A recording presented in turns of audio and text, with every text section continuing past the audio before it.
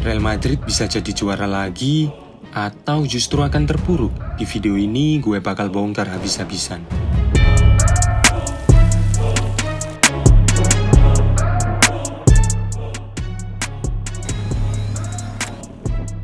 Halo jamaah bola balik yang dirahmati Allah Subhanahu wa Ta'ala. Kembali lagi bersama gue, Imam Besar Bola Balik, yang selalu siap menghotbahkan berita bola terbaru dengan bumbu-bumbu opini yang pastinya pedes, gurih, dan bikin nagih. Hari ini kita bakal mengulik sisi terang dan gelap Real Madrid di musim 2024-2025. Mulai dari kemenangan Super Cup yang manis kayak es krim di siang bolong, sampai prediksi masa depan Madrid yang mungkin bakal bikin lo ngelus dada sambil mikir, kapan gue terakhir kali lihat Madrid main bagus? Jadi jangan kemana-mana and stay tune.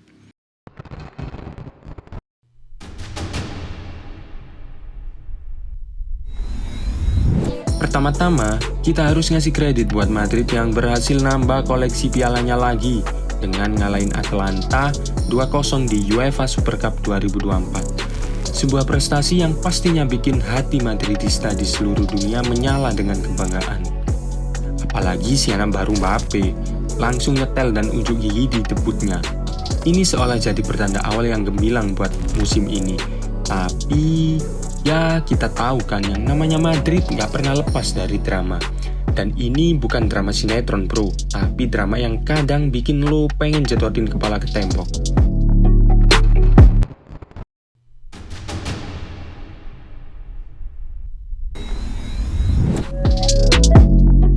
Lo tahu nggak sih, di tengah gempuran bintang-bintang muda, ada satu pemain tua yang masih tetap jadi pusat gravitasi di lapangan.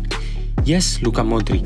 Gila ya, umur boleh nambah, tapi kemampuan nggak berkurang sedikit pun. Setiap kali doi ngasih umpan, lo bisa lihat gimana tim ini bergerak. Gue sih kadang mikir, gimana jadinya kalau Modric pensiun? Karena tanpa dia, Madrid kayak kehilangan kompas di tengah hutan belantara. Tapi kita harus jujur, sebagus apapun Modric, umur nggak bisa bohong. Cepat atau lambat, Madrid harus nyiapin regenerasi, dan ini PR gede buat klub.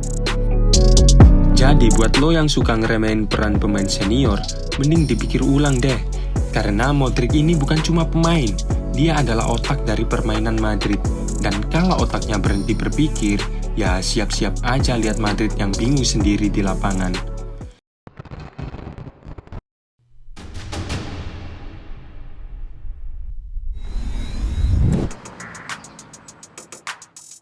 Nah, kita masuk ke bagian yang mungkin bisa bikin fans Madrid ketar-ketir.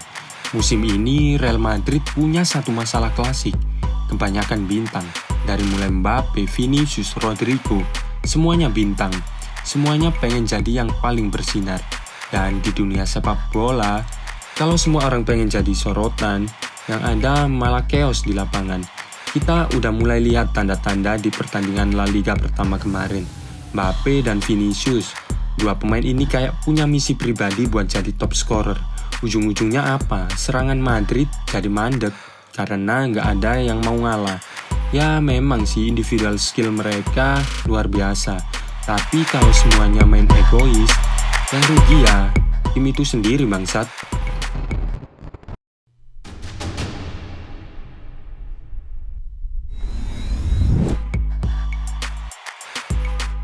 Dan ngomong-ngomong soal pelatih, gue harus ngeluarin unek-unek nih. Ancelotti, pelatih yang satu ini emang penuh pengalaman dan udah ngasih banyak gelar buat Madrid. Tapi, di balik semua itu ada satu kelemahan besar, miskin taktik. Gue bilang miskin taktik karena strategi yang dia pakai kayak kurang variatif. Gue bukannya ngeremehin, tapi coba deh lihat beberapa pertandingan Madrid belakangan ini. Monoton banget. Ngandelin counter attack dan skill individu. Kita semua tahu ini Madrid bukan tim mediocre. Harusnya ada inovasi, ada kejutan yang bikin lawan bingung. Tapi yang ada sekarang cuma ngandelin hoki bro. Kalau bukan karena mental juara pemain Madrid, mungkin udah babak belur dari dulu. Kalau Madrid terus-terusan ngandelin hoki dan skill individu, mungkin mereka bisa menang beberapa pertandingan. Tapi untuk mendominasi Eropa lagi, gue rasa itu bakal jadi misi yang hampir mustahil.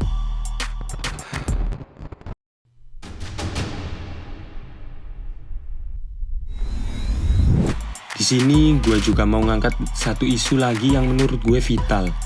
Hilangnya playmaker sejati di Madrid, yes Toni Kroos. Yang dulu jadi jantung permainan Madrid, sekarang udah pensiun. Dan sampai sekarang Madrid juga belum nemuin pengganti yang sepadan. Padahal lo semua pasti tahu, di sepak bola modern, playmaker itu kayak konduktor orkestra. Tanpa dia, permainan tim bakal kehilangan harmoni. Madrid sekarang kebanyakan penyerang tapi kurang playmaker. Ini yang bikin permainan mereka kadang kelihatan tumpul, meskipun ada banyak pemain bintang di depan. Jadi sebelum Madrid makin jauh dari kata dominasi, mereka harus segera cari solusi. Mungkin ada baiknya fokus di akademi buat nyari bakat baru yang bisa jadi playmaker masa depan. Atau kalau enggak, mereka harus berani belanja besar buat dapetin playmaker kelas dunia yang bisa langsung nyetel. Karena tanpa playmaker, sebaik apapun striker yang lo punya, serangan lo nggak bakal efektif. Dan buat masalah pelatih, gue rasa Madrid harus mulai mikir buat ganti kapten di kapal ini. Ancelotti udah ngasih banyak buat Madrid, tapi kayaknya udah waktunya buat regenerasi. Gue sih ngelihat Zidane atau Xabi Alonso sebagai kandidat kuat.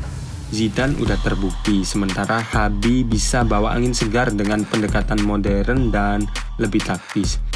Ini pilihan yang berani, tapi kadang buat bisa maju lo harus berani ambil resiko.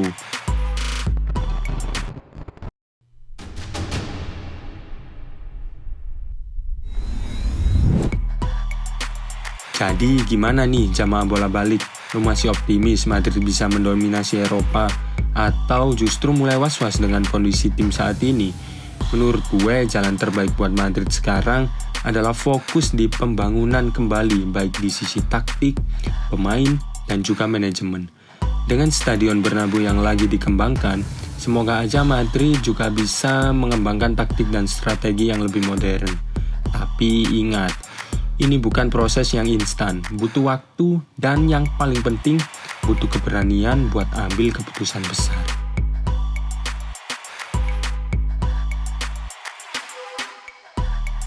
Sekarang saatnya gue lempar ke kalian. Apa pendapat lo tentang masa depan Madrid? Apakah Zidane atau Xabi Alonso adalah pilihan yang tepat? Atau justru Madrid harus cari pelatih yang lebih fresh and visioner? Tulis pendapat lo di kolom komentar, kita bahas rame-rame. Jangan lupa juga buat subscribe dan nyalain loncengnya, biar lo gak ketinggalan update dan analisis dari gue, Imam Besar Bola Balik. Gue pamit dulu, sampai jumpa di episode berikutnya yang pastinya bakal lebih pedes, lebih gurih, dan lebih nagih. Waalaikumsalam warahmatullahi wabarakatuh.